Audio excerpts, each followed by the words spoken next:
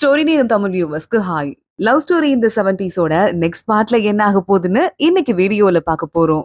மூயாங் ஃபெய்னி மூயாங்கோட அப்பா அம்மா வீட்ல ஒரு ரூம் வாடகைக்கு எடுத்துட்டு வந்துடுறாங்க. திங்ஸ் எல்லாம் அடுக்கி வச்சிட்டு இருக்காங்க. ஃபெய்னி பாக்குறா. மூயாங், இங்க என்னடா ஏதோ ஃபெயின் எழுதி இருக்குன்னு கேக்குறா. ஃபெய்னி, அது உன் பேர் தான். 16 வயசுல நான் எழுதுனது. உங்க அம்மா அப்பா கிட்ட சின்ன வயசுல இருந்து நான் உன்னை லவ் பண்றேன்னு சொன்னது போய் நான் நினைச்சிட்டு இருந்தேன். அது உண்மைதான் சொல்றான். ஃபெய்னி உடனே, அப்ப நானும் உன் பேரை பக்கத்துல எழுதுறேன். ஃபியூச்சர்ல நம்ம குழந்தைங்க இத பார்க்கும்போது, நம்ம காதல் கதை அவங்களுக்கு தெரியும் பாருன்னு சொல்லிட்டு இருக்கா. மோயாங் சிரிச்சுட்டே அவளுக்கு கிஸ் பண்ண ஆரம்பிக்கிறான். வேணும்னே ஃபெய்னி மாமா அப்படின்னு கத்தி வச்சிடுறா. மோயாங்கோட அப்பா என்னம்மான்னு கேட்டு உள்ள வந்துடுறாரு. மோயாங் தெரிச்சிட்டு வேற டைரக்ஷன்ல போய் நிக்கிறான்.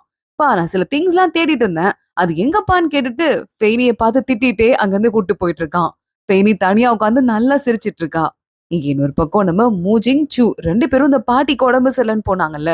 சூ ஒரு டாக்டரை கூப்பிட்டு இப்படி பண்ணணும், இந்த மாதிரி பண்ணுங்கன்னு சொல்லிட்டு இருக்கான். அந்த டாக்டர், இதுல எனக்கு எக்ஸ்பீரியன்ஸ் இல்ல. சூ, நீங்களே இதை பண்ணலாம்ல அப்படின்னு கேக்குறாரு. இல்ல, அவன் பண்ண மாட்டான்னு சொல்லிட்டு சூவோட அப்பா சொல்லிட்டு இருக்காரு. மூஜிங் பாக்குறா. சூ கிட்ட வந்துட்டு, என்னாச்சு, ஏன் நீங்க பண்ண மாட்டீங்கன்னு கேட்க, அப்பா சொல்றது கரெக்ட் தான். ஏன்னா என்னோட எக்ஸ் கேர்ள் ஃபிரெண்ட் யான்யானுக்கு நான் சர்ஜரி பண்ணி அதுல அவ இறந்து போனதுக்கு அப்புறமா கிட்டத்தட்ட 1.5 வருஷம் நான் ஆபரேஷன் ரூம் பக்கத்திலே வரல. அதனால பாட்டிக்கு ஏதாவது ஆயிடுச்சுனாலும் நான் வரமாட்டேன்னு அப்பா பயப்படுறாரு. கரெக்ட் தான் சொல்லிட்டு இருக்கான். அவர் நினைக்கிறது இருக்கட்டும். நீங்க என்ன நினைக்கிறீங்க? உங்களுக்கு பண்ணணும்னு சொல்லிட்டு இன்ட்ரெஸ்ட் இருக்கான்னு கேட்க, சூ ஆமான்னு சொல்றான். இன்ட்ரெஸ்ட் இருந்தா பண்ண வேண்டியது உங்களோட வேலை. ஒருவேளை இந்த ஆபரேஷன் நீங்க தான் நல்லா பண்ண முடியும்னா அப்ப நீங்க தானே பண்ண முடியும். உங்க பேஷண்டா இருக்குது நானா இருந்து என்கிட்ட ஒரு வாய்ப்பு கிடைச்சிருந்ததுக்கு பதில் சொல்றதுக்குன்னா கண்டிப்பா நான் உங்களை தான் சூஸ் பண்ணிருப்பேன். ஏன்னா அந்த அளவுக்கு நான் உங்களை நம்புறேன். பாட்டியும் அதே மாதிரி உங்களை தான் நம்புறாங்க. சோ பெஸ்ட் சாய்ஸ நீங்க தான் இப்ப எடுக்கணும்னு மூஜிங் சொல்லிட்டு இருக்கா. சூ யோசிக்க ஆரம்பிக்கிறான்.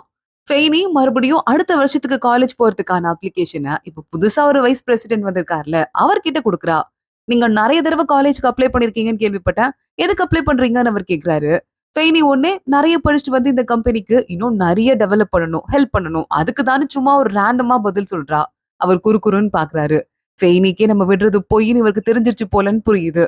எனக்கு எழுதுறதுக்குன்னா ரொம்ப பிடிக்கும் சார். நான் ரைட்டரா வரணும்னு ஆசைப்படுறேன்.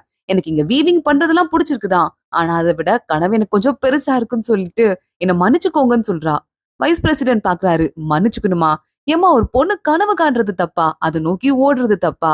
இப்போ நான் சொல்றேன், இந்த கம்பெனியோட சார்பா அடுத்த வருஷம் காலேஜுக்கு அனுப்ப போற ஸ்டூடெண்ட்ல நான் உன்னோட பேரை ரெக்கமெண்ட் பண்றதுக்கு ரெடியா இருக்கேன் அப்படின்னு சொல்ல, ஃபெய்னி கண்ணுல கண்ணீரே வந்தது. தேங்க்யூ சார்னு சொல்லிட்டு இருக்கா. இல்லம்மா, இதுக்கும் மேல மேலிடத்துல அப்ரூவ் பண்ணும், டைம்லாம் இருக்கு. ஆனா காலேஜ்க்கு போறதுக்கு என்னென்னலாம் ரெடி பண்ணுமோ அத போய் ரெடி பண்ணுங்கன்னு சொல்ல, ஃபெய்னி கண்ணுல கண்ணீரோட அங்கிருந்து கிளம்புறா. இன்னொரு பக்கம் மூயாங்கு கிட்ட அந்த அங்கிள் பாஸ் இருப்பார்ல அவர் சொல்லிட்டு இருக்காரு, உன் காமிக் சீரீஸ நாங்க ஸ்டாப் பண்ண போறோம்னு. மூயாங் ஷாக் ஆகுறான். ஷாக் ஆகுறதுக்கு ஒண்ணும் இல்ல. அது தனி சீரீஸா புக்காவே போலான்னு சொல்லிட்டு கம்பெனி முடிவு பண்ணிருச்சு, நிறைய பாராட்டு வந்ததால. ஆனா அதுக்கும் மேல இன்னொரு முக்கியமான விஷயம் இருக்கு மூயாங், அதையும் கேட்டுரு. அது என்னன்னா, நீ யுவான் இருக்கார்ல, அதான் உனக்கு முன்னாடி பாஸ் இருந்தாரே, அவர் கூட சேர்ந்து இதுல கண்டிப்பா நீ பார்ட்டிசிபேட் பண்ணியாகணும். அவரோட ஒப்பீனியன் தான் ரொம்ப முக்கியம். அவர்கிட்ட நீ மன்னிப்பு கேட்டு மறுபடியும் அவர் கூட போய் சேர்றது ரொம்ப முக்கியம்னு சொல்றாரு. முயாங் பாக்குறான். இல்ல அங்கிள், அது மட்டும் என்னால முடியவே முடியாது.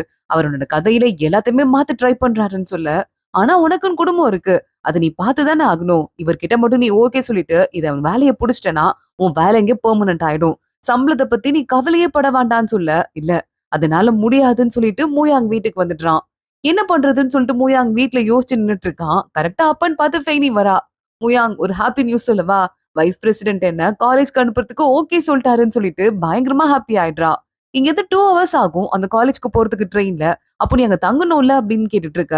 அதை விடு, ஆனா நான் காலேஜ் போயிட்டேன்னா என்னோட சம்பளம் வராது. உன் சம்பளத்தை வச்சு நீ மேரேஜ் பண்ணணும்னு ஃபெய்னி சொல்றா.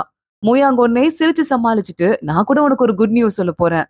நான் கூட புது ஸ்டாண்ட் அலோனா வந்து தனியா அந்த காமிக்ஸ பண்ண போறேன். அது மட்டும் ஓகே ஆயிடுச்சுன்னா எனக்கு பெர்மனண்டா வேலை கிடைச்சிரும்னு சொல்ல, நம்ம 2 பேரோட லைஃபும் கொஞ்சம் கொஞ்சமா முன்னேறிட்டே இருக்க மாதிரி இருக்கு. உனக்கு தெரியுதான்னு சொல்லிட்டு ஃபெய்னி கேக்குறா. ஆமா ஆமான்னு சொல்லிட்டு மூயாங் எல்லாத்தையும் மறைச்சிட்டு அவளை கட்டி பிடிச்சிட்டு நிக்கிறான். அடுத்த நாள் கையில பெயிண்டிங் எல்லாம் எடுத்துட்டு அந்த யுவானை பாக்கிறதுக்கு போயிடுறான். சார், நான் உங்ககிட்ட மன்னிப்பு கேட்கறதுக்காக வந்திருக்கேன் அப்படின்னு சொல்ல, அந்த ஆள் ரொம்ப சீனை போட்டு கண்டுக்காமலே இருந்துட்டு இருக்காரு. மூயாங் பாக்குறான். சார், நான் நீங்க சொன்ன மாதிரியே எல்லா சேஞ்சஸையும் பெயிண்டிங்ல பண்ணிருக்கேன், எடுத்துட்டு வந்திருக்கேன்னு சொல்ல, நீ என்னென்னலாம் சேஞ்ச் பண்ணுங்கிறத ஆல்ரெடி எழுதி வச்சிருக்கேன். இத பாரு, அந்த ஃபெய்னி கேரக்டர் இருக்குல்ல, அத அந்த கதையில இருந்து தூக்கிரு. ஒரு டாக்டர் கஷ்டப்பட்டு வேலை பார்த்தான்னு சொன்னியே, அதுவும் வேணாம், ஒரு மாதிரி போர் அடிக்குது. நிறைய கதை அதே மாதிரி வந்துச்சு. அந்த சர்ஜரையும் டெலீட் பண்ணிடு. புதுசு புதுசா நான் நிறைய ஆளுங்களை சேர்த்திருக்கேன். அது மட்டும் இல்லாம சில பேர் உயிரெல்லாம் விட்டிருப்பாங்கல்ல, அவங்களுக்கு குழந்தைங்க இருக்க மாரி போட்டு, அந்த குழந்தைங்க உங்க சாவுக்கு கூட அழுகல. அப்பா உங்கள மாரி நானும் ஹீரோவா மாறப் போறேன்ப்பான்னு அந்த குழந்தைங்க சபதம் போடுறாங்க. இப்படிதான் அந்த கதைய கொண்டு போறோம்ன்னு சொல்ல, இந்த பாயிண்ட்டுமே மூயாங்குக்கு புடிக்கவே இல்ல. ஆனா மூயாங்குக்கு வேற வழியும் இல்ல. சரி ஓகே சார் நான் அதே மாரியே பண்றேன்னு எதுவுமே பேசாம அங்கிருந்து வந்துடுறான். இங்க டாக்டர் நம்ம பாட்டிக்கு சர்ஜரி பண்ண போயிடுறான். எதுக்கும்மா அவன நீ சர்ஜரி பண்ண சொல்லி கேட்டேன்னு சொல்லிட்டு மூஜிங்க அவங்க அப்பா, அம்மா திட்டிக்கிட்டு இருக்காரு. இல்ல மாமா, ஒரு தடவ அவர் சர்ஜரி பண்ணாம போயிட்டு பாட்டிக்கு ஏதாவது ஆயிட்டாலும் அவர் ஃபீல் தானே பண்ண போறாரு. அவர் பண்ணட்டும். முடிஞ்ச அளவுக்கு ட்ரை பண்ணட்டும் அப்படின்னு சொல்லிக்கிட்டு இருக்கா. சரிம்மா நீ சொல்றது கரெக்ட் தான் மாமியார் மட்டும் சொல்றாங்க. ஆனா மாமனார் கொஞ்சம் கோச்சிட்டு இருக்காரு. இங்க நம்ம மூயாங்கோட அம்மா புரொஃபஸரா தானே இருந்தாங்க. மேத்ஸ் புரொஃபசர் தான் போல. மறுபடியும் அதே டிபார்ட்மெண்ட்க்கு கூட்டு வராங்க. மூஜிங்க்கு ஒரு சீனியர் இருப்பார்ல, அவர் தான் கூட்டு வராரு. நீங்க இல்லாத அந்த காலத்துல எங்களால முடிஞ்ச அளவுக்கு நாங்க டெவலப் பண்ணி வச்சிருக்கோம். மூஜிங் இங்க வொர்க் பண்றா. அவள வேணா வேற ஒரு இடத்துக்கு நாங்க மாத்திரவான்னு கேட்க, இல்ல இல்ல அவங்க வேலைய அவங்க பார்க்க போறாங்க. என் வேலைய நான் பார்க்க போறேன். மாத்த வேணான்னு சொல்லிட்டு மூஜிங்கோட அம்மா சொல்லிடுறாங்க. ரொம்ப நாளுக்கு அப்புறம் ஈஃப் எங்க காட்டுறாங்க. மேடம் அவன ரெடி பண்ணிட்டு இருக்காங்க. நீ இன்னைக்கு லிங்கியோட சீனியர பார்க்க போற. அவர் மனசு வச்சா உனக்கு கண்டிப்பா நல்ல வேலை கிடைக்கும். நல்லபடியா பேசிட்டு வாடான்னு சொல்ல, உடனே லிங்கி கூட சேர்ந்து ஈஃபெங்கும் கிளம்பி போயிட்டு இருக்கான். லிங்கி அந்த சீனியர பாக்குறா. இவர்தான் என் ஹஸ்பண்ட்னு சொல்லிட்டு இன்ட்ரோடியூஸ் பண்ணி வைக்கிறா. ஓ இந்த கேண்டீன்ல வேலை பாக்குற பையனான்னு சொல்லிட்டு இந்த சீனியர் கொஞ்சம் நக்கலாவே கேட்க ஆரம்பிக்கிறான். ஆமாங்க உங்களுக்காக திங்ஸ் எல்லாம் வாங்கிட்டு வந்திருக்கேன் அப்படின்னு சொல்லிட்டு நம்ம ஈஃபெங் கொடுக்க, இல்ல இல்ல அது அங்கேயே வச்சிருங்கன்னு சொல்லிட்டு கொஞ்சம் நக்கலாவே இந்த ஆள் பேசிட்டு இருக்கான். வெறுமனே லிங்கிட்ட மட்டும் தான் கான்சென்ட்ரேட் பண்றான். பரவாயில்லையே பப்ளிசிட்டி டிபார்ட்மெண்ட்ல வேலை பாக்குற, இருந்தாலும் உன் திறமைக்கு அந்த இடம் கம்மிதான். உனக்கு ப்ரமோஷன் வாங்கி தரத்துக்கு நான் ஹெல்ப் பண்றேன்னு சாப்பாடு எல்லாம் எடுத்து வைக்கிறான். இல்ல சீனியர் என் வேலை இப்போதைக்கு ஓகே தான். என் ஹஸ்பண்டுக்கு தான் வேலை மாத்தி கிடைச்சா நல்லா இருக்கும்னு சொல்ல, கேண்டீன் வேற கேண்டீனுக்கு மாத்தணுமான்னு நக்கலா கேக்குறான். பயங்கரமா ஈஃபெங்குக்கு கோவம் ஆயிட்டு இருக்கு. ஆனா லிங்கி கண்ட்ரோல் பண்றா. இல்ல அவர் வேற எதுவும் ஓப்பனிங் இல்லாதனாலதான் அங்க வேலை பாக்குறாரு. அக்கவுண்ட்ஸ் கூட தனியாவே நிறைய படிச்சிட்டு இருக்காரு. ஏதாவது கிளர்க் ஜாப் இருந்தா நீங்க ட்ரை பண்ணுங்களேன்னு சொல்ல, ஓகே ஓகே பாக்குறேன் நம்ம நக்கலாவே பேசிட்டு இருக்கான். ஈஃபெங்குக்கு செம்ம கடுப்பு வந்துட்டு இருக்கு. கண்ட்ரோல் பண்ணிட்டு அவன் பாட்டுக்கு உட்காந்து அமைதியா சாப்பிட ஆரம்பிக்கிறான். அதுக்கப்புறம் அந்த சீனியர் ஏதோ ரெஸ்ட் ரூம் போகணும்னு வெளியே போயிட, அந்த ஆள் கிட்ட எதுக்கு கெஞ்சி பேசிட்டு இருக்க? லிங்கி உனக்கெல்லாம் வெக்கமா இல்லையா? நீ ஒண்ணும் என் வேலைக்காக அப்பெல்லாம் கெஞ்சவே வேணாம். அக்கவுண்ட்ஸ் தெரியும் அது இதுன்னு சொல்ற. அதெல்லாம் எனக்கு தெரியாதுன்னு சொல்ல, அப்ப கத்துக்கோன்னு லிங்கி சொல்றா. ஐ டோன்ட் கேர்ன்னு சொல்லிட்டு அங்கிருந்து வேகமா அவன் கிளம்பி வீட்டுக்கு போயிடுறான். மேடம் பாக்குறாங்க. என்னடா ஆச்சுன்னு கேட்க, மா அந்த ஆள்மா அப்படின்னு சொல்லிட்டு அவன் ஏதோ பேச ஆரம்பிக்கிறான். அவருக்கு ஈஃபெங் மேல நல்ல அபிப்பிராயம் ஆன்ட்டின்னு சொல்லிட்டு பின்னாடியே வந்துடுறா லிங்கி. அவர் வந்துட்டு இவர் மேல இருக்க திறமைய பார்த்துட்டு கொஞ்ச நேரம் கேம் கூட 2 பேரும் விளையாடுனாங்க. அப்புறம் இந்த புக்ஸ் எல்லாம் ரெக்கமெண்ட் பண்ணி இவர் படிக்க சொல்லியிருக்காரு. அபாக்கஸ் கூட நான் வாங்கிட்டு வந்திருக்கேன். இதையும் நீங்க படிச்சீங்கன்னா சீக்கிரமா உங்களுக்கு வேலை கிடைச்சிரும்னு சொல்ல மேடம் பாக்குறாங்க. நல்ல வேலை எல்லாம் நல்லபடியா முடிஞ்சிருச்சு. சீக்கிரமா படிடா அப்படின்னு சொல்லிட்டு அவங்களும் ஈஃபெங்க ஏத்தி விட்டுட்டு இருக்காங்க. இங்க சூவோட பாட்டி கண்ணு முழிச்சிடுறாங்க. சூன்னு சொல்லிட்டு அவங்க பயங்கர பாசமா பார்த்துட்டு பக்கத்துல மூஜிங்க பார்த்து இது யாருன்னு கேக்குறாங்க. பாட்டி இது மூஜிங் என்னோட பொண்டாட்டின்னு சொல்ல, ரொம்ப அழகா இருக்கா ரொம்ப அழகா இருக்கான்னு சொல்லிட்டு பாட்டிக்கு இப்பதான் சுயநினைவே சரியா வருது போல பயங்கர ஹாப்பியா பேச ஆரம்பிக்கிறாங்க. மூஜிங்க கூட்டிட்டு அங்கிருந்து ஒரு இடத்துக்கு கூட்டு வரான். இங்கதான் முதலா நான் யானை பார்த்தேன் அப்படின்னு சொல்றான். மூஜிங் கொஞ்சமா ஷாக் ஆயிடுறா. இந்த இடத்துல நான் இறங்கி வந்துட்டு இருக்கும்போது ஆப்போசிட்ல யானை நின்னுட்டு இருந்தா. ரொம்ப அழகு. இதே மாதிரிதான் சீனரி கூட இருந்தது. அவகிட்ட நான் காதல்ல விழுந்துட்டேன். என் ஃபர்ஸ்ட் லவ்வா மாறிட்டா. அப்புறம் அவளுக்கு பிரெயின் டியூமர் வந்துச்சு. அதுக்கப்புறம் என்னால காப்பாத்த முடியாம போயிடுச்சு. என் கரியரும் ஃபெயில் ஆயிடுச்சு. அதுக்கப்புறம் தான் நான் உன்னை பார்த்தேன். கண்டிப்பா நீ யான் யான் இல்லன்னு எனக்கே தெரியும். ஆனா யான் யான் மாதிரி இருக்கா. இவள நம்ம சந்தோஷமா வச்சுக்கணும் அப்படின்னு சொல்லிட்டு அந்த ஐடியாவோட தான் நான் உன்னை சப்ஸ்டியூட்டா கூட்டு வந்தேன்னு சொல்ல, நான் சப்ஸ்டியூட் வேலைய நல்லா பாக்குறேனா அப்படின்னு சொல்லிட்டு மூஜிங் கேட்டுட்டு இருக்கா. இல்ல சுத்தமா பாக்கல. நீ பயங்கரமா ஜொலிக்கிற. அவளை விட அதிகமா ஜொலிக்கிற. உன்னால யாருக்கும் சப்ஸ்டியூட்டா இருக்க முடியாது.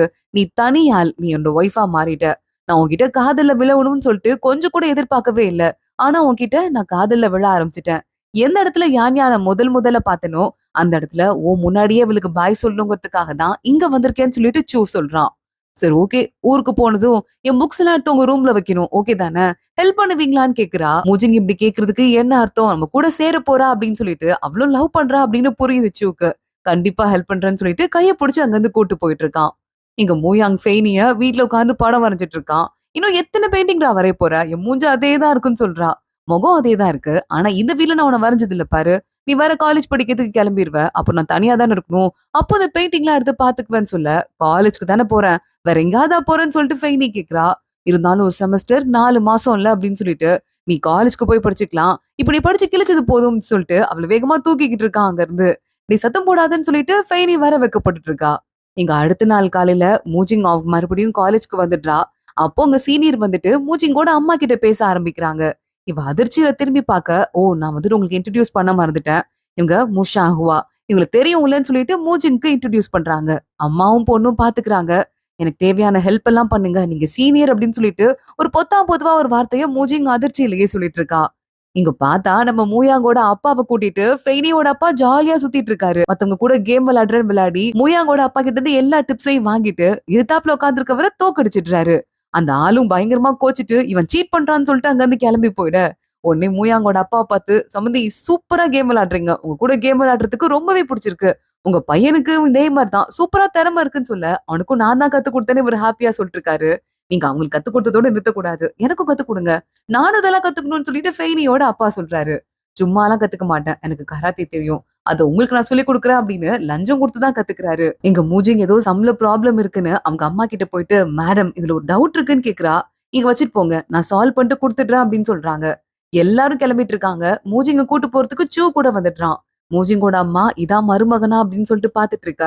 உங்க சூ பாத்துட்டு யார் இவங்க போனாங்கல்ல, அவங்க உன்னையே பாத்துட்டு இருந்தாங்கன்னு சொல்ல, அவங்க தான் என்னோட அம்மான்னு சொல்லிட்டு மூஜிங் சொல்றா.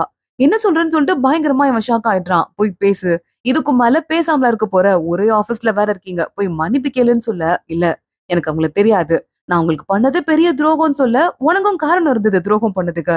உனக்கு வேற வழி கிடையாதுன்னு சொல்லிட்டு சூ சொல்றான். இல்ல எங்க அம்மா நினைச்சிருந்தா எங்க அப்பா கூட எல்லா டைஸையும் கட் பண்ணிட்டு அவங்க இதே காலேஜ்ல ப்ரொஃபஸரா இருந்திருக்கலாம். இல்ல என் தம்பி நினைச்சிருந்தா இதுக்கும் மேல ஸ்கூல் படிச்சுட்டு இன்னும் பெரிய ஆளா இருந்திருக்கலாம். அவனையும் காட்டுக்கு அனுப்பாம இருந்திருப்பாங்க. எல்லாருமே அதை பண்ணவே இல்ல. நான் மட்டும் அதை பண்ணேன். எந்த மூஞ்ச வச்சுட்டு அவங்க கிட்ட போய் பேசுறதுன்னு சொல்லிட்டு மூஞ்சிங் கேட்டு பேச மாட்டேன் அப்படிங்கிறா. இங்க நம்ம ஃபெய்னி மூயாங்கோட அப்பாவை பாக்குறா. மாமா என்ன நீங்களும் கராத்தே கத்துட்டு இருக்கீங்களா? எங்க அப்பாவோட சொத்து இந்த புக்கு. அத உங்ககிட்ட குடுத்துட்டாரா? மாமா நான் உங்ககிட்ட ஒண்ணு கேட்கவா? நீங்க பெயிண்டிங்ல பெரிய ஆளு புலி தான். எங்க அப்பாக்கு என் அண்ணனுக்குலாம் லைட்டா கத்துக் குடுத்தீங்க. அவங்களே சூப்பரா பெயிண்ட் பண்றாங்க. அதையே நீங்க ஒரு புக்கா போடக்கூடாது. அதற்கு நான் கூட உங்களுக்கு ஹெல்ப் பண்றேன்னு சொல்ல, சூப்பர் ஐடியா. இங்க பாருன்னு சொல்லிட்டு வீட்டுக்கு கூட்டு போயிட்டு நெறைய நோட்ஸ் குடுக்குறாரு. இந்த நோட்ஸ்ல இருக்கிறதெல்லாம் உனக்கு புரியுமான்னு தெரியாது. புரியலன்னா என்கிட்ட கேளுன்னு சொல்ல, மூயாங்கு கிட்டயும் ஹெல்ப் கேட்டுக்கிறேன்னு சொல்லிட்டு ஃபெய்னி சொல்றா. அவனா? அவனுக்கு அதெல்லாம் புரியாதும்மா. கொஞ்சம் அவன் தற்குறி தான். கத்துக்கும்போது கூட உருப்படியாவே கத்துக்கலன்னு சொல்ல, பா ஃபெய்னி காலேஜ் போறா. அவள போய் போய் போய் உங்களுக்கு புக்ஸ் எழுதுறதுக்கு ஹெல்ப் பண்ண சொல்றீங்க. உங்களுக்கே ஓவர் ஆலன்னு சொல்ல, அவளுக்கு திறமை இல்லன்னு நான் சொல்லல. உனக்கு திறமை இல்லன்னு தான் சொன்னேன். என்ன நீ பெயிண்டிங் கத்துட்டு இருக்கன்னு உங்க அப்பா கேக்குறாரு. என்ன கத்துக் குடுத்தது நீங்கப்பா. அதான் எனக்கு சரியா வரலன்னு மூயாங் சொல்லிட்டு இருக்கான். நான் உனக்கு ட்ரெடிஷனல் சைனீஸ் பெயிண்டிங் கத்துக் குடுத்தேன். ஆனா நீ என்ன பண்ணிட்டு இருக்க? போய் போய் காமிக்ஸ் வரையிற. நீ மட்டும் ஒழுங்கா கத்துட்டு அத வரைஞ்சிருந்தனா உன்னோட ஒரு பெயிண்டிங் 10 காமிக்ஸ் புக்கோட லாபத்துக்கு சமம். வேஸ்ட் பண்ணிட்டேன்னு சொல்லிட்டு உங்க அப்பா திட்டிக்கிட்டு இருக்காரு. இன்னொரு பக்கம் இந்த ஈஃபெங்க மறுபடியும் மறுபடியும் அபாக்கஸ்லாம் ட்ரை பண்றான். சுத்தமா அவனுக்கு வரவே இல்ல. எனக்கு தேவையில்லாம பிரச்சனை பண்ணாதீங்க. உங்களுக்கு இதுல வேலைக்கு போகணும்னு சொன்னுச்சுன்னா, நீங்க வேலைக்கு போங்க. எனக்கு கிச்சன்ல இருக்கிறதுல எந்த ப்ராப்ளமும் இல்ல. நான் கேண்டீன்லயே வேலை பார்த்துக்கிறேன்னு சொல்லிட்டு, அபாகஸ கீழ போட்டு உடைச்சுட்டு அங்கிருந்து போயிடுறான். லிங்கி அழுதுட்டே அதெல்லாம் எடுத்து வச்சுட்டு இருக்கா. இங்க ஃபெய்னி அவங்க மாமனாரோட நோட்ஸ் எல்லாம் கொஞ்சமா வந்து ரிவைஸ் பண்ணியிருப்பா போல. பரவாயில்லம்மா, ரிவைஸ் பண்ணது நல்லதா இருக்குன்னு சொல்ல, மாமா நீங்க மூயாங்கையும் தப்பா நினைக்காதீங்க. சூப்பரா வரைவான் தெரியுமா? நீங்க வேணா பாருங்களேன். அவன் வரைஞ்ச பெயிண்டிங்லாம் காட்டுறேன்னு சொல்லிட்டு எடுத்து குடுக்குறா. ஓரமா இருந்த பெயிண்டிங்க எடுத்து மாமனார் கிட்ட குடுத்துடுறா. அப்புறமா அந்த ரிவைஸ் பண்ண சொல்லி நெறைய பேட்டர்ன்ஸ் எல்லாம் வந்திருந்ததுல, அந்த சீனியர் யுவான் குடுத்திருந்தான்ல, அந்த ஆளோட ஐடியாலாம் அதுல இருக்கு. இத பாத்துட்டு ஃபெய்னியே கொஞ்சமா ஷாக் ஆயிடுறா. இதெல்லாம் எப்ப நடந்ததுன்னு சொல்லிட்டு. இதே நேரம் மூயாங்கு கிட்ட அந்த யுவான் சீனியர் இத மாத்து, அத மாத்து, சூப்பர் ஹீரோ மாரி எழுதணும். சாதாரண மக்களுக்கு இந்த கதையில வேலையே இல்லன்னு சொல்லிட்டு இருக்காரு. மூயாங் எல்லாத்தையும் கேட்டுட்டு வேற வழி இல்லல்ல, மாத்துறேன்னு சொல்லிட்டு அங்க இருந்து கிளம்பிடுறான். எனக்கு இன்னொரு ஒப்பீனியன் இருக்குன்னு ஃபெய்னி உள்ள ஓடி வரா. நீ யாருமான்னு அவர் கேட்க, இது என்னோட ஒய்ஃப். இவங்க தான் ஃபெய்னின்னு மூயாங் இன்ட்ரோடியூஸ் பண்ணி வைக்கிறான். சார் உங்களோட எல்லா காமிக்ஸும் நான் படிச்சிருக்கேன். ரொம்ப ரொம்ப நல்லா இருக்கும். நீங்க அதுல மாஸ்டர்னே சொல்லலாம். ஆனா நீங்க எழுதின காமிக்ஸ் எல்லாமே ஏதாவது ஒரு ஹீரோவ அடிப்படையா வச்சு எழுதப்பட்டது. மூயாங் எழுதியிருக்கிறது அப்படிப்பட்டது இல்லல்ல. மூயாங் எழுதியிருக்கிறது சாதாரண மனுஷங்களும் பெரிய விஷயங்களை செய்ய முடியும்னு சொல்றதுக்கு எடுத்துக்காட்டான ஒரு கதை. இது எப்படி சார் ரொம்ப இமோஷனலா இருக்கும், சாதாரணமா இருக்கும். ஆனா நமக்குள்ள எல்லாமே பண்ண முடியுங்கிற நம்பிக்கையை கொடுக்கும்னு சொல்ல, ஏம்மா எனக்கே நீ பெரிய பாடம் எடுக்க ஆரம்பிச்சிட்டியான்ட்டு அவர் நக்கலா கேக்குறாரு. மூயாங் முன்னாடி வரான். இதுல என்ன சார் தப்பு இருக்கு? வேணா நான் ஒண்ணு பண்றேன். 2 பேரும் ஒரு காம்படிஷன் வச்சுக்கலாம். நம்ம யார் பேருன்னு போடாம எழுதி இங்க ஒரு ஓவியத்தை வைப்போம். நாங்க ஆபீஸ்ல இருக்கவங்க மார்க் போடட்டும். யார் வின் பண்றான்னு பாக்கலாமான்னு கேட்க, தோத்துட்டா என்னப்பா பண்ணுவேன்னு அவர் கேக்குறாரு. நான் வேலையை விட்டுறேன்னு மூயாங் சொல்றான். எல்லாரும் பதறாங்க. ஆனா காம்படிஷன் நடக்குது. மக்கள் நிறைய பேர் சேர்ந்து நிறைய பேரை காப்பாத்துற மாதிரி மூயாங் வரைஞ்சிருக்கான். ஆனா அவரு ஒருத்தனே நிறைய பேரை காப்பாத்துற மாதிரி ஹீரோ மாதிரி வழக்கம் போல வரைஞ்சிருக்காரு. இத பாக்குறாங்க மக்கள். ஆனா அவங்க எல்லாருமே சேர்ந்து அந்த சீனியர் இருக்கார்ல, அவர் கோட் போட்டிருக்காங்க. சீனியரோட தான் வின் பண்ணுச்சுன்னு அனௌன்ஸ் பண்ணிடுறாங்க. மூயாங்குக்கு இப்ப வேலை காலி. மூயாங்கும் ஃபெய்னியும் சோகமா அங்கிருந்து நடந்து வராங்க. மூயாங் சொல்லிருக்கான், என்னதான் இருந்தாலும் பெட்டுனா பெட்டு தானே, நம்ம வேற என்ன பண்ண முடியும் கேக்க. இனிமே என்னடா பண்ண போறேன்னு ஃபெய்னி கேக்குறா. அதுவா, அது பாத்துக்கலாம், இப்ப போய் நம்ம ஏதாவது சாப்பிடலாமா, வா போலான்னு சொல்லிட்டு ஃபெய்னிய கூட்டிட்டு மூயாங் சைக்கிள்ல போயிட்டு இருக்கான். ஃபெய்னிக்கு கொஞ்சம் கவலையா தான் இருக்கு, என்ன பண்றதுன்னு. அடுத்த நாள் பார்த்தா ஃபெய்னிக்கு இவ காலேஜ்க்கு செலக்ட் ஆயிட்டான்ட்டு நோட்டீஸ் போர்ட்லயே ஒட்டிடுறாங்க. ஃபெய்னி நோட்டீஸ் போர்டு முன்னாடியே நின்னு கதறி கதறி அழுதுட்டு இருக்கா. இன்னொரு பக்கம் நம்ம மூயாங்கோட அம்மா அப்பாவும் பேசிட்டு இருக்காங்க. நம்ம போய் பொண்ண பாத்துட்டு வரலாமா, இன்னும் அவ வரலையான்னு சொல்லிட்டு மூயாங்கோட அப்பா கேக்குறாரு. இன்னும் அவன் வரல, அதனால பார்த்து டைமை வேஸ்ட் பண்ண வேணாம்னு அவங்க அம்மா இன்னும் போய் சொல்லிட்டு இருக்காங்க. மூயாங் வரத பார்த்துட்டு, என்னடா அதுக்குள்ள வீட்டுக்கு வந்துட்ட, ஆபீஸ் முடிஞ்சிருச்சான்னு கேட்க, அம்மா எனக்கு வேலை போயிருச்சுன்னு மூயாங் சொல்லிட்டு இருக்கான். என்னடா சொல்ற அப்படின்னு அவங்க அம்மா ஷாக் ஆயிட்டு இருக்கும் போதே, அம்மா உன் சொல்லவா, பெயினி கூடிய சீக்கிரம் காலேஜ்க்கு போக போறா, உங்களுக்கு வேலை கிடைச்சிருச்சா இல்லையான்னு கேட்க, உடனே மூயாங்கோட அம்மா, சீக்கிரமா கிடைச்சிரும்டா, அப்பாவுக்கு கிடைக்கிறதுக்கு லேட் ஆகும், எனக்கு காலேஜ்க்கு கூப்பிட்டு இருக்காங்க, அங்க போய் கொஞ்சம் பேப்பர் ஒர்க்லாம் நான் சப்மிட் பண்ணேன்னா சீக்கிரமா எனக்கு வேலை அரேஞ்ச் பண்ணிருவாங்கன்னு சொல்ல, அப்போ ஓகே அப்படின்னு மூயாங் சொல்லிட்டு இருக்கான். நானும் போய் ஏதாவது வேலை ட்ரை பண்றேன், நான் போய் இப்பயே எம்ப்ளாய்மெண்ட் ஆஃபீஸ்க்கு போறேன் அப்படின்னு சொல்லிட்டு இருக்கான். இவன் எம்ப்ளாய்மெண்ட் ஆஃபீஸ்க்கு போயிட்டு வரும்போது ஃபெய்னியும் கூட வரா. 2 பேரும் கதவை திறக்கலான்னு போறாங்க. அப்ப மூயாங்கோட அம்மா அப்பாவும் பேசிட்டு இருக்காங்க. ஃபெய்னிக்கு இந்த வேலையில குடும்ப சொத்தா நான் கொடுக்கலாம்னு நினைச்சேன், ஆனா இன்னும் நமக்கும் வேலை கிடைக்கல. ஃபெய்னி மருமகளை நம்பி நம்ம எப்படிங்க வாழ்றது, இதை வித்துடலாம் அப்படின்னு சொல்லிட்டு பேசிட்டு இருக்காங்க. மூயாங் பாக்குறான் ஃபெய்னிய. ஃபெய்னி வேகமா கதவை திறந்துட்டு உள்ள போயிடுறா. அத்த, கேட்கணும்னு நினைக்கல, ஆனா என் காதுல விழுந்துருச்சு, எனக்கு கொடுக்கணும்னு தானே வச்சிருந்தீங்க, அந்த வேலையில ஏன் இன்னும் கொடுக்கல, குடுங்கன்னு சொல்லிட்டு அதை வாங்கிக்கிறா. பாத்துக்கலாம் அத்த, என்ன பண்றதுன்னு ஏதாவது ஐடியா பண்ணிக்கலாம், அதை பத்தி ரொம்ப கவலைப்படாதீங்கன்னு ஃபெய்னி சொல்லிட்டு இருக்கா. மூயாங்கோட அப்பாவும் ஆமா ஆமான்னு தலையாட்டிட்டு இருக்காரு. ஃபெய்னி கையில போட்டு அழகா இருக்குல்லன்னு கேட்டுட்டு இருக்கா. ஆமா சூப்பரா இருக்குன்னு மூயாங் சொன்னதும் மறுபடியும் அதை கழட்டிடுறா. இவ்வளவு காஸ்ட்லியானதை பத்திரமா வச்சுக்கணும், அப்பதான் அடுத்த பரம்பரை கொடுக்க முடியும்னு சொல்ல, நம்ம பிள்ளைங்களுக்கு கொடுக்கணும்ல, கழட்டி பத்திரமா உள்ள வையின்னு மூயாங்கும் சொல்லிட்டு இருக்கான். என்ன பிளான் பண்ணிருக்க, என் குடும்பத்தால உனக்கு இந்த கஷ்டம் வந்திருக்குன்னு சொல்லிட்டு நினைக்கும் போது எனக்கு ரொம்பவே ஒரு மாதிரி சங்கடமா இருக்குன்னு மூயாங் சொல்றான். எது உன் குடும்பமா, இது நம்மளோட குடும்பம், எதுவா இருந்தாலும் பாத்துக்கலாம், புரியுதா, சரி இப்ப தூங்க போலாமான்னு கேட்டு 2 பேரும் ஜாலியா விளையாட ஆரம்பிக்கிறாங்க. மூயாங் அவளுக்கு ஒரு மாதிரி சாரியாவே இருக்கு. பெயினி ஒன்னும் பிரச்சனை இல்ல, ஒன்னும் பிரச்சனை இல்லைன்னு சொல்லிட்டே இருக்கா. மூயாங் அடுத்த நாள் மறுபடியும் எம்ப்ளாய்மெண்ட் ஆஃபீஸ் போறான். அங்க இருக்கிறவர் சொல்றாரு, ஒரு வேலை இருக்குப்பா, ஆனா கண்டிப்பா அது வந்துட்டு ஒரு வெயிட்டர் வேலை தான் ஹோட்டல்ல, அதுக்கும் இன்டர்வியூ இருக்குன்னு சொல்ல, மூயாங் நான் பாத்துக்கிறேன், நான் போறேன்னு சொல்லிட்டு கிளம்புறான். எப்பவுமே ஒரு ஹோட்டல்ல வந்து சாப்பிடுவான்ல ஃபெய்னியை கூட்டிட்டு ஐஸ்கிரீம்லாம், அந்த ஹோட்டல் தான். அந்த ஹோட்டலை பத்தி சில விஷயங்கள் தெரிஞ்சிருக்கணும்பான்ட்டு அங்க ஓனர் பேச ஆரம்பிக்கிறாரு. மூயாங்குக்கு தான் அங்க இருக்கிற எல்லாமே அத்துப்படியாச்சு. அடுத்தடுத்து கடகடன் பேச ஆரம்பிக்க, ஓகே வெல்கம் அபார்ட், இங்க வேலை நீங்க ஜாயின் பண்ணிக்கலாம், எனக்கு உங்களை ரொம்ப பிடிச்சிருக்கு அப்படின்னு சொல்லிடுறாரு. மூயாங் வீட்டுல போயிட்டு ஃபெய்னிக்கு, மேடம் தண்ணி குடிக்கிறீங்களா, வேற என்ன வேணும்னு கேட்டுட்டு இருக்கான். ஃபெய்னி பாக்குறா, ஹோட்டலுக்கு போறோமா, இப்ப கூட ஹோட்டலை பத்தி யோசிச்சுட்டு இருக்கேன்னு திட்ட ஆரம்பிக்கிறா. இன்னைக்கு மட்டும் இல்ல, டெய்லி டெய்லி நான் ஹோட்டலுக்கு போறேன்னு மூயாங் சொல்றான். வேலை கிடைச்சிருச்சா, ஆனா உனக்கு சமைக்க தெரியாது அப்படின்னு கேட்டுட்டு இருக்கா. சமைக்கிறது எனக்கு சரியா வராது, ஆனா நான் பண்ண போறது வெயிட்டர் வேலை தான், அதுவும் இல்லாம நிறைய மக்களை நான் பாக்குற வாய்ப்பு கிடைக்குங்கிறதால என் கிரியேஷனுக்கு நிறைய சான்ஸ் இருக்குன்னு சொல்லிட்டு இருக்கான். ஃபெய்னிக்கு ஒரு மாதிரி மனசு கஷ்டமா இருக்கு. நீ அங்க பேப்பர் கம்பெனில வேலை பார்த்தவன்டா, இப்ப போய் வெயிட்டர் வேலை பார்க்க உனக்கு கஷ்டமா இல்லையான்னு கேட்க, இதுல என்ன ஃபெய்னி இருக்கு, நான் எப்பவுமே பாக்கிறதுக்கு டீசெண்டா இருக்கும் தெரியுமா, இந்த வேலை ஒண்ணும் அவ்வளவு சாதாரணமா நினைச்சுக்காத, இதுக்குன்னு தனியா இன்டர்வியூ இருக்கு, அதுல எல்லாம் நான் வின் பண்ணிருக்கேன், இதை விட கஷ்டமான வேலையெல்லாம் நான் பாத்திருக்கேன் ஃபெய்னி, இப்போ குடும்பத்தை பாத்துக்கிறதுக்காக நீ நிம்மதியா காலேஜ் போகணுங்கிறதுக்காக இந்த வேலை நான் பார்க்க மாட்டேனா அப்படின்னு கேட்டுட்டு இருக்கான். ஃபெய்னி அவனை பார்த்து சிரிச்சிட்டு இருக்கா. மறுபடியும் மூயாங் போயிட்டு, எக்ஸ்கியூஸ் மீ சார் அப்படின்னு சொல்லிட்டு என்னென்ன வார்த்தை எல்லாம் சொல்றோமோ அதை பிராக்டிஸ் பண்றீங்க. ஃபெய்னி வேகமா ஓடி போயிட்டு கட்டி பிடிச்சுக்கிறா. மூயாங் என்ன ஆச்சு அப்படின்னு கேட்க, இல்ல சும்மாதான் சொல்லிட்டு ஃபெய்னி கண்ணுல இருந்து கண்ணீரா கொட்ட ஆரம்பிக்குது. மூயாங்குக்கும் தெரியுது இமோஷனலா இருக்கான்னு சொல்லிட்டு ஒண்ணும் கண்டுக்காத மாதிரி நின்னுட்டு இருக்கான். மூயாங் வேலையை பார்க்க ஆரம்பிச்சிடுறான். அங்க ஒரு நாள் வந்து ஹோட்டல்ல ஃப்ரிட்ஜ் வீணா போயிடுச்சு போல, ஐஸ்கிரீம் நிறைய இருக்கு, இப்பன்னு பார்த்து வீணா போயிடுச்சு, போய் கொட்ட போறேன்னு அங்க இருக்கவங்க கிளம்புறாங்க. மூயாங் பாக்குறான், என்கிட்ட கொஞ்சம் கொடுக்குறீங்களான்னு கேக்குறான். பக்கத்துல இருக்க அக்கா நானும் பாதி எடுத்துட்டு போறேன்னு சொல்றாங்க. மூயாங்கும் அந்த அக்காவும் ஐஸ்கிரீம் தூக்கி போட போனத ஆளுக்கு பாதி எடுத்துக்கிறாங்க. மூயாங் வேகமா ஓடி போயிட்டு ஃபெய்னிய ஆபீஸ்ல இருந்து கூப்பிட்டு இதை சாப்பிடுன்னு கொடுத்துட்டு இருக்கான். ஆனா அதுக்குள்ள எல்லாம் உருகி ஜூஸ் ஆயிடுது. இல்ல இல்ல பரவாயில்ல நான் குடிக்கிறேன்னு சொல்லிட்டு ஃபெய்னி குடிக்க ஆரம்பிக்கிறா. மூயாங்குக்கும் வாய் கொடுக்குறா. 2 பேரும் மாறி மாறி குடிச்சிட்டு இருக்காங்க. மூக்குலாம் ஒட்டிக்கிச்சு பண்ணி உனக்கு குடிக்க தெரியாதான்னு மூயாங்க ஃபெய்னி கிண்டல் பண்ணிட்டு இருக்கா. இன்னொரு பக்கம் இந்த லிங்கிய அந்த சீனியர் பார்த்தான்ல, அவன் மறுபடியும் அவளை பாக்கிறதுக்கு வந்துட்டு இருக்கான். லிங்கி இந்தா உனக்காக அந்த பேனா வாங்கிட்டு வந்திருக்கேன், இன்னும் நிறைய பியூட்டிஃபுல்லான ஆர்டிக்கல்லாம் நீ எழுதணும்னு சொல்லிட்டு இருக்கான். லிங்கி பாத்துட்டு இருக்கா. நீ கவலைப்படாத, உன் புருஷனுக்கு வேலைக்கு நான் ஏற்பாடு பண்றேன்னு அவன் சொல்ல, இல்ல சீனியர் நீங்க விடுங்க, அவரை பத்தி கண்டுக்காதீங்க, அவரை நான் தப்பா ஜட்ஜ் பண்ணிட்டேன் போல, அவருக்கு கொஞ்சம் கூட இஷ்டமே கிடையாது. அவர்லாம் வேலைக்கு போவார்னு எனக்கு தோணவே இல்லைன்னு சொல்லிட்டு இருக்கா. உடனே அவன பாக்குறான் சீனியர். இப்ப கூட நீ நினைச்சா ஒரு நல்ல முடிவு எடுக்கலாம். லிங்கி நான் சொல்றது உனக்கு புரியுது இல்ல அப்படின்னு பேசிட்டு இருக்கான். இன்னொரு பக்கம் நம்ம லின்மை வேலை பாக்குற அந்த கோஆபரேட்டிவ் ஆபீஸ்க்கு அவ கிளம்புற நேரத்துல ஆளுங்க வராங்க. இவ மட்டும் தான் இருக்கா. அவசரமா ஊருக்கு கிளம்பணுமா, திங்ஸ் எல்லாம் வாங்கணும்னு அவர் சொல்றாரு. கூட இந்த ஸ்டாஃப வேற அமுச்சு விட்டுட்டு லின்மை நான் எடுத்து தரேன்னு சொல்லிட்டு தேவையானதெல்லாம் எடுத்து கொடுக்குறா. நெறைய திங்ஸ் வாங்குறாரு அவரு. உடனே மூட்டையா கட்டிட்டு அங்க இருந்து கிளம்பி ஊருக்கு போயிட்டு இருக்காரு. லின்மைய கூட்டு போறதுக்கு அவ ஹஸ்பண்ட் ஃபெய்டிங்கும் வந்துடுறான். கிளம்பலாமா அப்படின்னு கேட்டுட்டு இருக்கான். தோ என் அம்மாக்கு பர்த்டே இல்ல சில திங்ஸ் எல்லாம் எடுத்துக்கிட்டேன் வா போலாம் அப்படின்னு சொல்லிட்டு லின்மை கூப்பிடுறா. இது யாரோட பேக்னு சொல்லிட்டு ஃபெய்டிங் ஏதோ ஒரு பேக் எடுக்கிறான். ஐயோ இப்ப வந்து கஸ்டமரோடதுன்னு லின்மை வேகமா வெளியே ஓடி போறா. பார்த்தா அந்த ஆள் அங்க இருந்து கிளம்பி இருக்காரு. ஐயோ எங்க போனாருன்னு தெரியல. என்ன இருக்குன்னு பாக்கலான்னு பேக ஓபன் பண்ணி பார்த்தா உள்ள நிறைய காசு இருக்கு. என்னது இது இவ்ளோ காசு இருக்கு, இத அவர் விட்டு போயிட்டாரு. இப்போ நான் என்னடா பண்றது அப்படின்னு அவ கேக்குறா. இங்க வச்சுட்டு போனா வேற யாராவது எடுத்துட்டா என்ன பண்றது, பத்திரமா நம்ம வச்சுக்கோ, அதுக்கப்புறமா அவர் திருப்பி கேட்டு வருவார்ல அப்ப கொடுத்துக்கலாம் அப்படின்னு சொல்லிட்டு ஃபெய்டிங் ஒரு ஐடியா கொடுக்குறான். இங்க நம்ம லின்மையோட வீட்ல பேசிட்டு இருக்கான் அந்த அண்ணன்காரன். மா இன்னும் கொஞ்சம் காசு ஏற்பாடு பண்ணி கொடுமா, இந்த வேலைக்கு போயிட்டா நல்லதுமான்னு சொல்ல.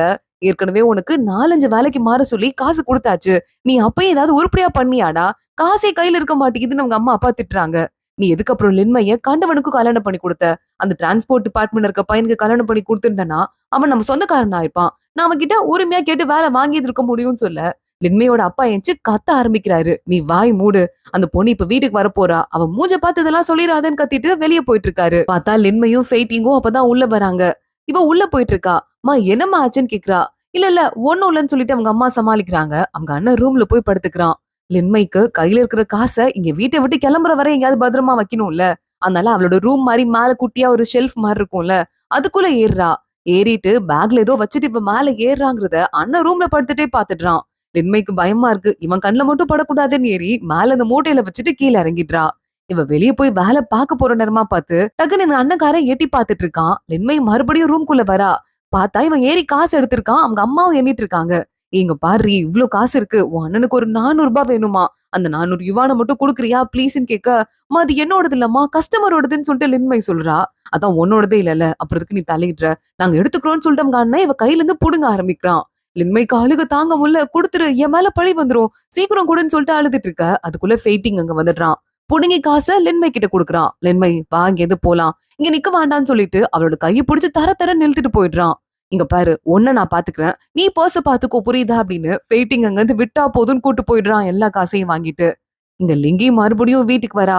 "சாப்பிடுறியாமான்னு ஷூ மேடம் கேக்குறாங்க. இல்ல அத்த வேணாம்." "உள்ள ஈஃபெங் இருக்கானான்னு கேட்க, இல்ல அவன் வெளிய போயிருக்கான்னு சொல்றாங்க." மறுபடியும் விளையாட போயிட்டானான்னு இவ கத்த ஆரம்பிக்கிறா. இல்லம்மா விளையாடலாம் போலன்னு அவங்க சொல்லிட்டு இருக்கும்போது ஈஃபெங் கையில பாலோட உள்ள வந்துட்டு இருக்கான். லிங்கி உள்ள போறா. எத்தனை தடவை நான் உன்கிட்ட சொல்றது? இங்க பாரு, சின்ன வயசுல எங்க அம்மா அப்பாவும் வசதியான ஆளா இருந்தாங்க. என்ன நல்லபடியா பாத்துக்கிட்டாங்க. அதே மாதிரிதான் என் வாழ்க்கையில நான் கடைசி வரை இருப்பேன்னு நினைச்சுக்கிட்டேன். ஆனா என் அப்பா என் அம்மாவை டிவோர்ஸ் பண்ணிட்டு போயிட்டாரு. அதுக்கப்புறமா எங்க அம்மாவுக்கும் உடம்பு முடியாம இறந்து போயிட்டாங்க. அப்புறம் மூயாங்க இருக்கான்ல, அவனை அனுப்பின கிராமத்துக்கு என்னையும் அனுப்பிட்டாங்க. நான் அவனை நம்ப முடியும்னு நினைச்சேன். ஆனா அவனே அதுக்கப்புறமா என்னால நம்ப முடியாம அவனுக்கு தலையில அடிபட்டு போயிருச்சு. அதுக்கப்புறம் நான் உன்னை பார்த்தேன். உன்னை என் வாழ்க்கையில நம்ப முடியும்னு நினைச்சு நான் தப்பா ஜட்ஜ் பண்ணிட்டேன். இப்ப பார்த்தா நீ கொஞ்சம் கூட உனக்கு முன்னேறணுங்கிற ஆசையே இல்ல. முன்னேறாம நம்மளால எப்படி வாழ முடியும்? பெரிய போஸ்ட் கொண்டு நீ போ வேண்டாம். அட்லீஸ்ட் நீ எப்பவுமே நிரந்தரமா இருக்க மாதிரியாவது ஒரு போஸ்ட் நீ ஒண்ணு பாக்கலாம்ல. அக்கவுண்டிங் கத்து கொடுத்தா அதையும் கத்துக்க மாட்டேங்கிறேன்னு கத்த ஆரம்பிக்கிறா. "இங்க பாரு, எனக்கு படிக்க வரலன்னு சொல்றேன்ல, சும்மா ஃபோர்ஸ் பண்ற வேலை வச்சுக்காதுன்னு" ஈஃபெங் அங்க இருந்து கிளம்பிடுறான். இங்கே பயங்கரமா கோவமாயிட்டு இருக்கா. இன்னொரு பக்கம் மூயாங்கோட அம்மா கிட்ட, "நீங்க சூப்பரா சால்வ் பண்றீங்க மேடம் ப்ராப்ளம் எல்லாம். உங்க பிள்ளைங்களுக்கு உங்க கலையை கத்து கொடுத்தீங்களான்னு கேட்க, என் பையன் இருக்காமா, அவன் அவங்க அப்பா மாதிரி பெயிண்டர் ஆயிட்டான் அப்படின்னு சொல்லிட்டு இருக்காங்க." "ஓ அப்படியா?" அங்க இருந்து கிளம்பி அந்த லேடி போயிட்டு இருக்கா. மூஜிங் இதெல்லாம் காதுல வாங்கிட்டு இருக்கா. மூஜிங் அன்னைக்கு எப்படியாவது வீட்டுக்கு போயிடணும்னு தைரியத்தை வர வச்சுட்டு நேரா வீட்டுக்கிட்ட போய் நிக்கிறா. அதுக்கு மேல அவளுக்கு போறதுக்கு மனசு இல்ல. திரும்ப போக ஆரம்பிக்கிறா. ஆனா அவங்க அப்பா வந்துடுறாரு. மூஜிங்கன்னு கூப்பிடுறாரு. அப்பான்னு இவ கூப்பிட்டதும் வேகமா வந்து கையை பிடிச்சிட்டு, "எப்படா செல்லம் இருக்குன்னு கேட்டுட்டு இருக்க?" அதுக்குள்ள மூஜிங்கோட அம்மா வந்துடுறாங்க. "எதுக்கு மேடம் நீங்க என்னோட வீட்டுக்கு வந்திருக்கீங்க? எங்க உள்ள வாங்க. நமக்கும் உங்களுக்கும் எந்த சம்மந்தமும் கிடையாது. நம்மளால அவங்க ஃபியூச்சர் பாதிக்க கூடாதுன்னு சொல்லிட்டு உள்ள கூட்டு போயிடுறாங்க."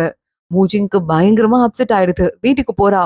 ஷூ பார்த்துட்டு, "என்னாச்சு? கண்ணெல்லாம் கலங்கிருக்கு. யாராச்சும் உன்ன புல்லி பண்ணாங்களான்னு?" கேட்க, வேகமா அவன கட்டி புடிச்சுட்டு கதறி அழுதுட்டு இருக்கா. ஷூக்கே ஓரளவுக்கு நல்லா தெரியுது என்ன நடக்குதுன்னு சொல்லிட்டு, நேரா அடுத்த நாளு இங்க மூஜிங்கோட அப்பா வீடு இருக்காங்கன்னு சொல்லிட்டு அவர்கிட்டயே போய்கிட்டு இருக்கான். "நான் தான்ப்பா மூஜிங்கோட அப்பான்னு" அவர் சொல்ல, "மாமா நான் மூஜிங்கோட ஹஸ்பண்ட்ன்னு சொன்னதும், என்னது என் மருமக பிள்ளையா? வாங்க வாங்கன்னு உள்ள கூட்டு போயிட்டு சாப்பாடுலாம் குடுத்துட்டு இருக்காங்க."